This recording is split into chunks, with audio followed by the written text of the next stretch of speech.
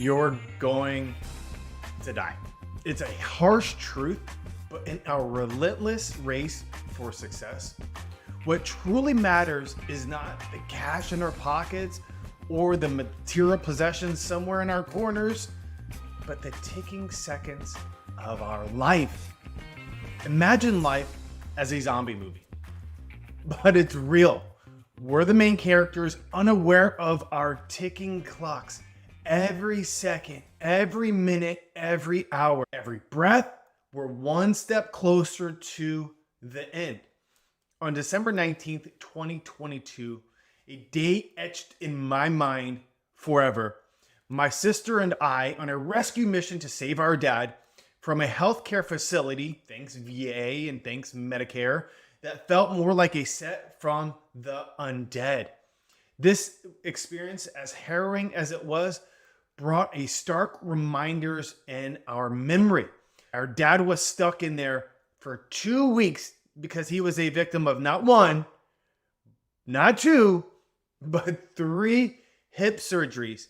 And when he was placed in there, first times we walked through the door, the aroma of death, of bodily fluids, of people who were suffering and sad, and workers who were miserable by themselves, of trying to take care of all of this and underpaid. It was just a miserable place. But it was also a reminder that every moment is precious. A dance with time itself, even in the worst of moments, can bring you to embrace life, every second and every minute of it. It's about embracing joy and living fully. But we are all so trapped in some past experience or some distant future that may never materialize. Time, unlike money, is a finite stream flowing ceaselessly forward. No going back, and you don't even know if you're going to get to the forward.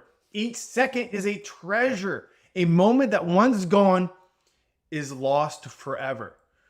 So how can we distinguish time versus material wealth? It might sound strange comparing the two, but hear me out. We chase material wealth, but time is a different beast. It cannot be stored, saved, or accumulated.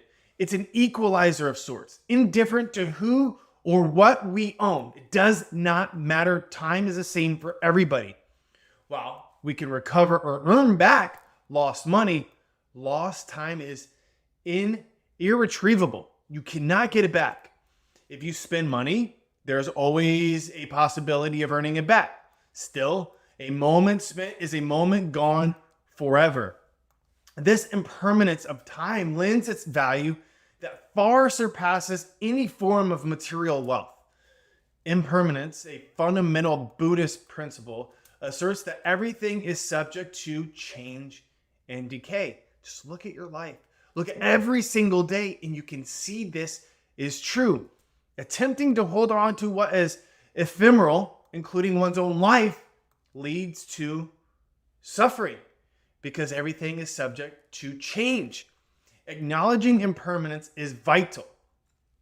Some monks say you should contemplate your impermanence at least 3 times a day. And whether that's too little, too much, it doesn't matter. You still just need to know that your life isn't going to be your life forever.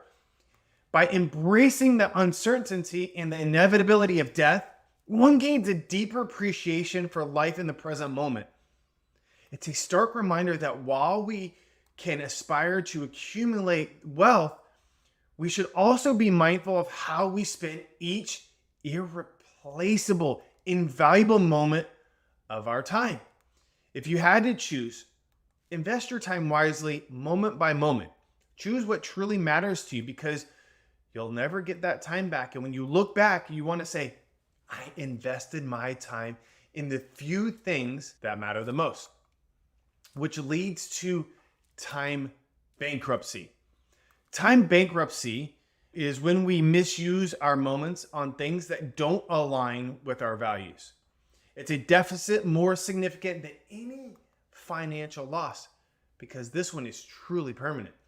Time bankruptcy occurs when we consistently overspend our time on activities that don't align with our core values or long-term objectives. Like I said, it's like financial bankruptcy, where the liabilities overwhelm the assets. But in this case, our liabilities are unproductive or misaligned actions. And our assets are the moments, those tiny moments that bring value and joy to our lives.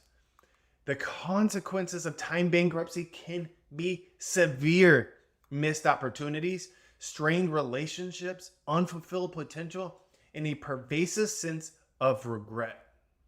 So how can we invest our time wisely into the things that matter the most, knowing that our time's finite?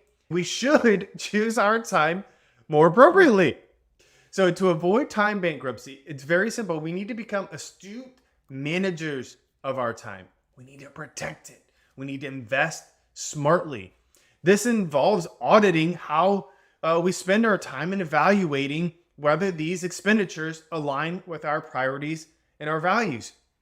It means saying no to time-wasting activities and saying yes to those things that enrich our lives. Just think about the missed opportunity of embracing your children's laugh and tickling them and sharing in all of that joy, or mindlessly swiping on social. Where is the better time investment? It's ridiculous to even compare. Just as a financial advisor would recommend diversifying your investments, a time advisor would suggest a balanced portfolio of activities: work, leisure, personal growth, relationships, family, health. They all matter. Moreover, understanding time's limitations encourages us to focus on quality over quantity. In a world where multitasking is often glorified, I'm a great multitasker, it's vital to recognize that spreading ourselves too thin can lead to a superficial disengagement with life. Depth of experience often trumps breadth when creating a fulfilling life and even a fulfilling career. So take some time to know in advance what you'll fail at.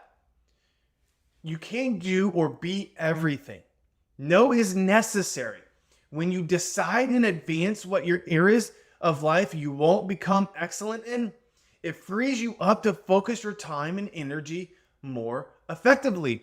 For example, a poorly kept lawn or a cluttered kitchen are less troubling when you pre-selected lawn care or kitchen tidiness as goals which you'll devote zero energy to.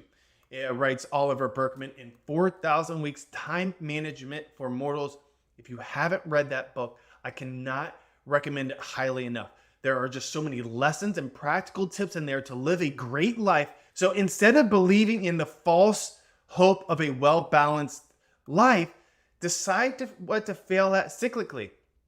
For example, if you're starting a new career, that might take a little bit more time until you get it going at a speed that you feel great at. If you're having a newborn child, bringing them into the world is going to take a lot of your time. So some of your projects and your goals might have to take a back seat. Some things are going to take priority over others in different domains in different seasons of your life. And that is okay. So what's your strategy? How are you going to use your 5.25 million moments this year? Let's make every second count. Share your thoughts. For more insights and return on time strategies, follow and subscribe. There's going to be more videos like this as a reminder to invest your time into the few things that matter the most and how to choose those, and then how to use that time appropriately. And just remember, time's ticking, so make it count.